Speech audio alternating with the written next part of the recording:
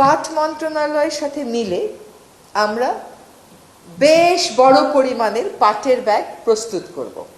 এই পাটের ব্যাগটা আমরা সাপ্লাই দিব সাবসিডাইজড প্রাইসে, যাতে করে 40 টাকা দিয়ে একটা পাটের ব্যাগ কিনতে, আমি ভাবছি যে এটার উপর একটা নিষেধাজ্ঞা দেওয়া উচিত। বড় পানির বোতল চলুক, সেখান থেকে মানুষ তার প্রয়োজন মতন ঢেলে নেবে।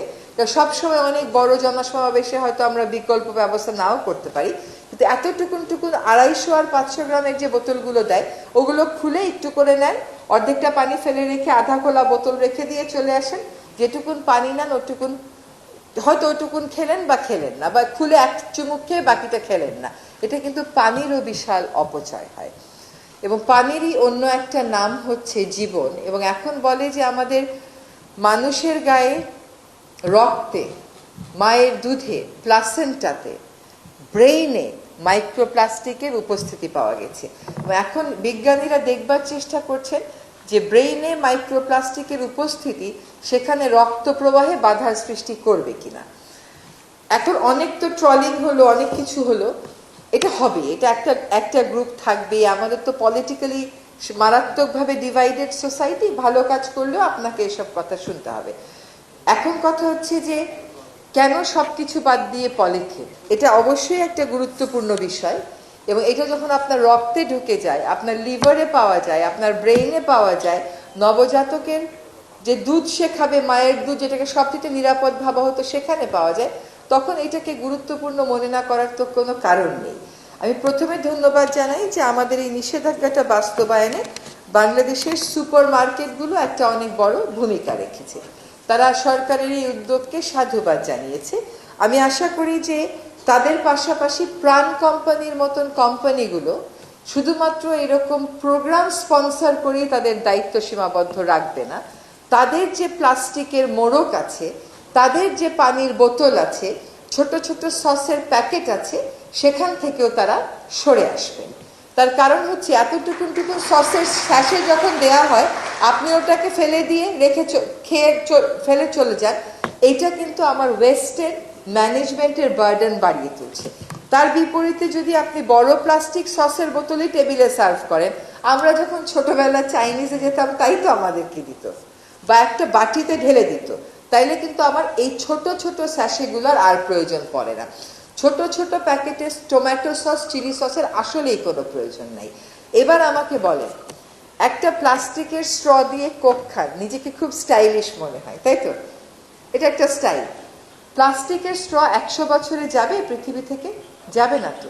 ওইটা নদীতে পড়ে ভাঙবে, ভেঙে মাছ খাবে, মাছের থেকে আপনি খাবেন, আপনার থেকে আপনার বাচ্চা খাবে। এই স্টাইলের তো প্রয়োজন নাই কোনো।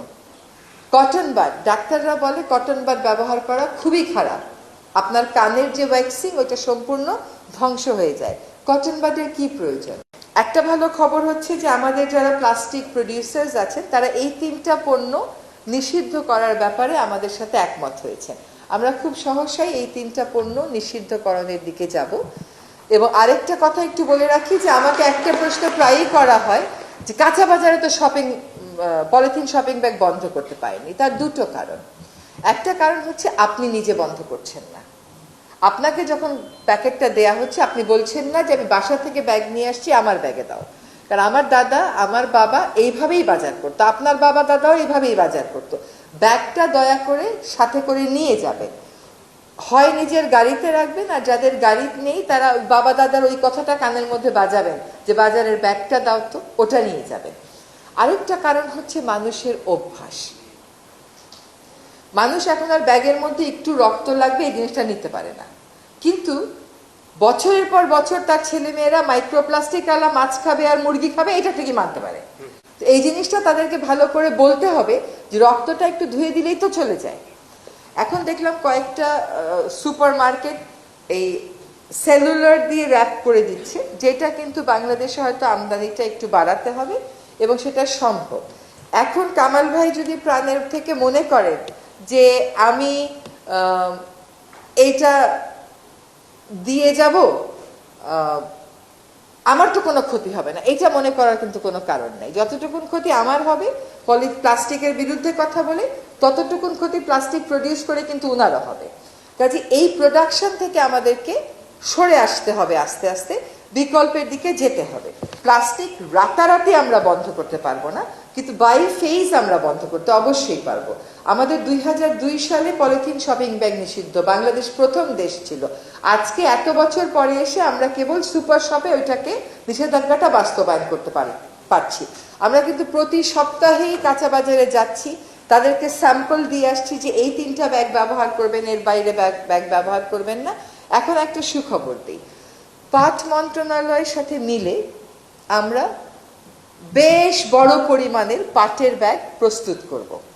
এই পাটের ব্যাগটা আমরা সাপ্লাই দিব সাবসিডাইজড প্রাইসে, যাতে করে 40 টাকা দিয়ে একটা পাটের ব্যাগ কিনতে যে ক্রেতা যখন চিন্তা করে, সেই চিন্তা থেকে সে সরে আসতে পারে। আমরা সত্যিকার অর্থেই সাবসিডাইজড রেটে একটা সাপ্লাই